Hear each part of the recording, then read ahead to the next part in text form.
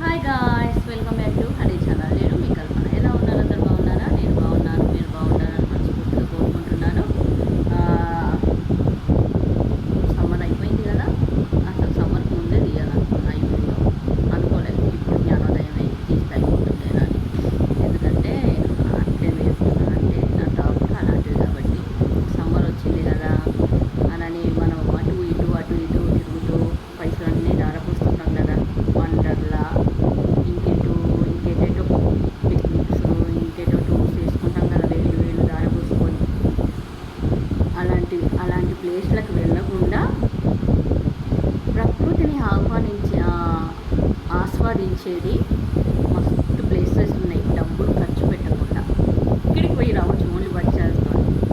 అలాంటి వాటిలో మనము వెళ్ళేటివి ఏంటి అని అంటే ఒక రెడీమేడ్ ఫుడ్ లాగా.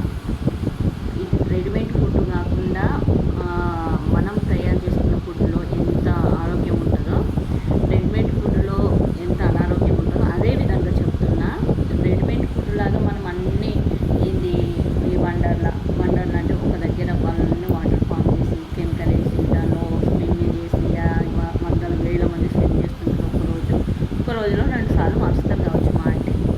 ప్రకృతిని ఆస్వాదించాలని అనుకుంటే, ఎంజాయ్ చేయాలనుకుంటే బుగ్గ అనే సెలయేరు ఉంటుంది ఇక్కడ, కాగజ్ నగర్ డిస్ట్రిక్ట్లో ఉంటుంది. అలాంటి ప్లేసెస్ చాలా ఉంటాయి. దానిలో నో ఫీజెస్, ఎవ్వరూ దాన్ని గైడ్ చేయరు. మనమే వెళ్ళాలి, కాలినడకన వెళ్ళాలి. మనమే ఒక 5 కిలోమీటర్స్ దూరం నడవాలి, వెళ్ళాలి. అక్కడ చెట్లు, అక్కడ ఉన్న ప్లేసు, అక్కడ ఉంటున్న వాతావరణం, వాళ్ళు జీవించే విధానము, అక్కడ ఉంటున్న ప్రజలు ఎట్లా జీవిస్తారు, ఎట్లా పండించుకుంటారు.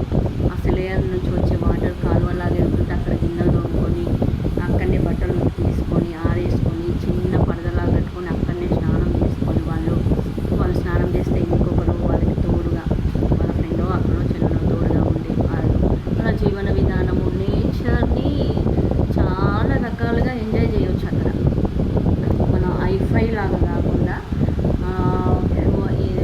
ఎర్లీ మ్యాప్స్ ఎట్లా ఉండేవాళ్ళు, ఇంకా కొన్ని ప్రదేశాల్లో ఇంకా ఈ డెవలప్మెంట్ లేదు. వాటర్ పైనుంచి వాటర్ వస్తుంటే కింద కాలువల రూపంలో వెళ్తుంటే వాళ్ళు గిన్నెలు తోమేసుకోవడం, బట్టలు ఉతకడం, అన్నీ కూరగాయలు కట్ చేసుకోవడం, ఇంకా వాటర్కి సంబంధించినవన్నీ వాళ్ళు అక్కడనే చేసుకొని ఇంట్లోకి వెళ్ళిపోతారు. ఆ వాటర్ కూడా ఫిల్టర్ అయి ఉండదు. మనం ఫిల్టర్ వాటర్ అది ఇది అని అంటాం కదా, అది ఊట. ఎప్పుడప్పుడే ఊట వస్తాయి. ఊట వచ్చిన వాటర్ అది పోతుంటే అది ఫిల్టర్ అయ్యి ఊట వస్తుంటుంది కదా భూమి నుంచి. ఆ వచ్చే వాటర్ని వాళ్ళు తీసుకొని వెళ్ళి తాగుతుంటారు. నేను కూడా టేస్ట్ చేస్తాను, భలే టేస్ట్ ఉన్నాయి ఆ పైనుంచి వచ్చే వాటర్. దానికి ఎవరు ఫీజు తీసుకోరు అక్కడ, ఎవరు గైడ్స్ కానీ ఎవరు ఫీజు తీసుకోవడం కానీ ఉండదు. కానీ ఎంత ఆహ్లాదాన్ని ఇస్తుంది తెలుసా. కొండలు గుట్టలు పెట్టాను. ఆ అమ్ముడు చేతిలో ఫోన్ ఉంది, అది చిన్న చిన్న కిట్స్ తీసింది. అది నా చేతిలో ఫోన్ ఉంటే నేను పెద్ద కిట్ తీసి పెట్టేదాన్ని. వాటరు రావడము ఎంత హాయి ఉంది. అది ఎంత 20-30 వేలు అక్కడ మనము వేరే దగ్గర స్పెండ్ చేసినారా అని ఆనందం అక్కడ ఉంది.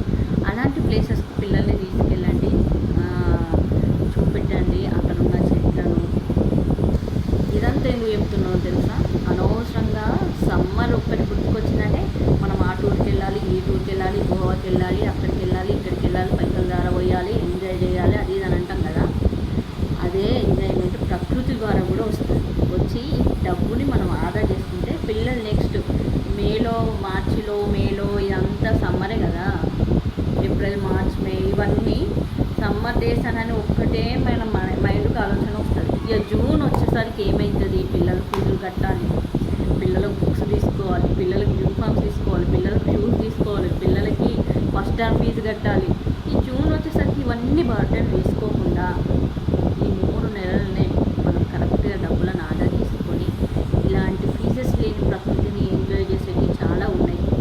అవి యూట్యూబ్లలో చాలామంది ప్రకృతి ప్రియులు ఉన్నారు.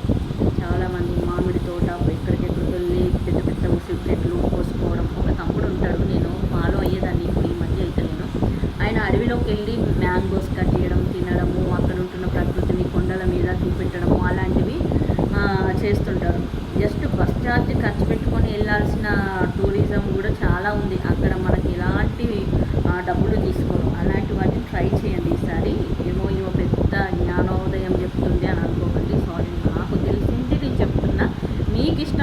ఫాలో అవ్వండి.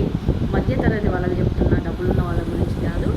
ఓకే, డబ్బులను సేవ్ చేసుకోండి, ఇలాంటి ప్లేసెస్కి వెళ్ళండి, రెడీమేడ్ ఫుడ్ పెట్టకండి, న్యాచురల్గా దొరికే వాటికి పిల్లల్ని ఎంజాయ్ చేపియండి. మీది ఏదో పిల్లలకు చెప్పుకుంటూ, డబ్బు విలువ చెప్పుకుంటూ, ప్రకృతి విలువ చెప్పుకుంటూ